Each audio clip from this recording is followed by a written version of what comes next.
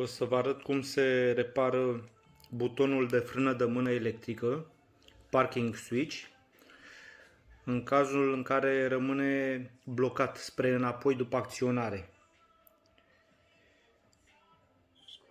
Jos a rămas partea electronică. Acest mâner se acționează spre înapoi și nu mai revine, deoarece înăuntru nu mai acționează pârghia. Aceste două urechi s-au rupt, după cum vedeți deja am lipit la loc cu lipici gel, nu folosiți din acel lichid deoarece o să intre în gaură și nu se mai asamblează la loc. Pentru a reuși reparația trebuie să atașați în faza a doua și o șaibă pe fiecare parte. După cum vedeți, eu am montat pe o latură spre exterior, nu pe interior. Urmează să lipesc și aici. Dacă nu puneți aceste două șaibe, în momentul când asamblați la loc,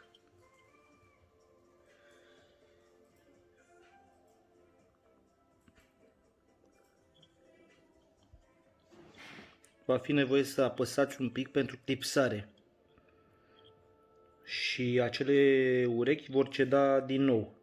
Este un defect în fabricație, aș spune eu.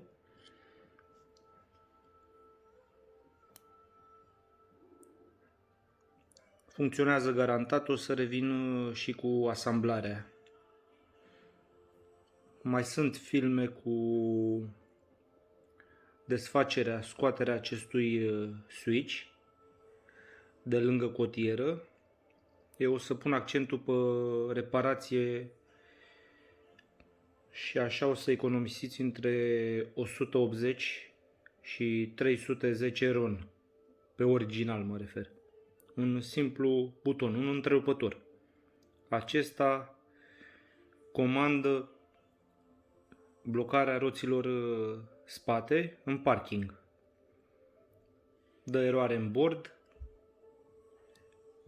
Puteți rămâne cu mașina în trafic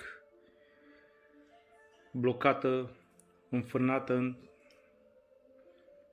E o reparație care nu suportă amânare. Am ales metoda reparației deoarece ruperea acestor urechi reprezintă poate 2-3% din tot ansamblu butonului și era păcat să nu încercăm.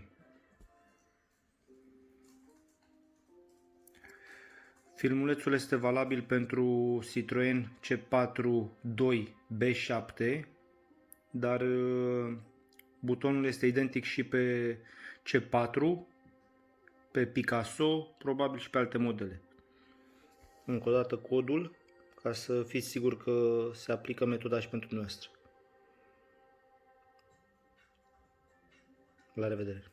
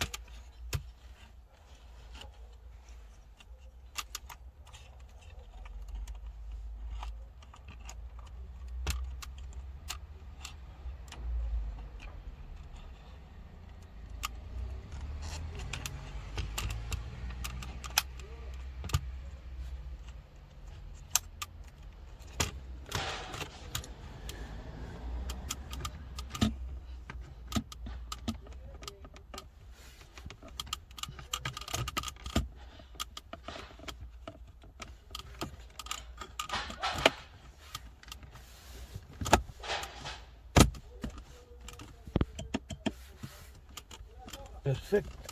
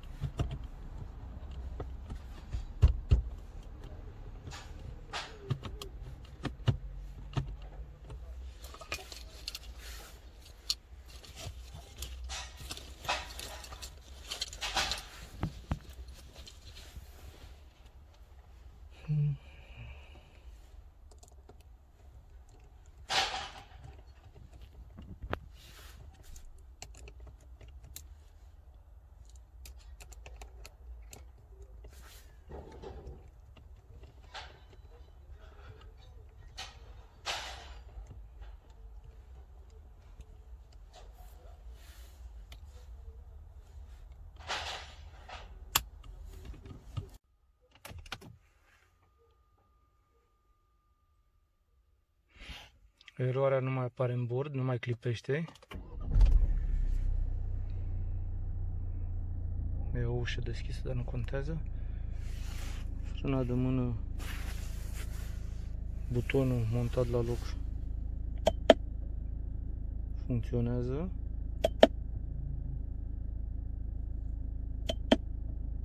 Vă recomand să apăsați cu 2 degete, nu pe extremități, pe capete, pe centru.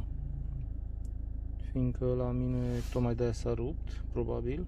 Pe lângă faptul că este proiectată din fabrică foarte subțire acea parte care se rupe.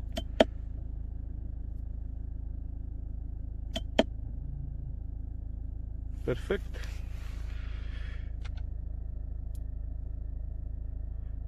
Bănuiesc că nu mai avem, da, nu mai este eroare nici în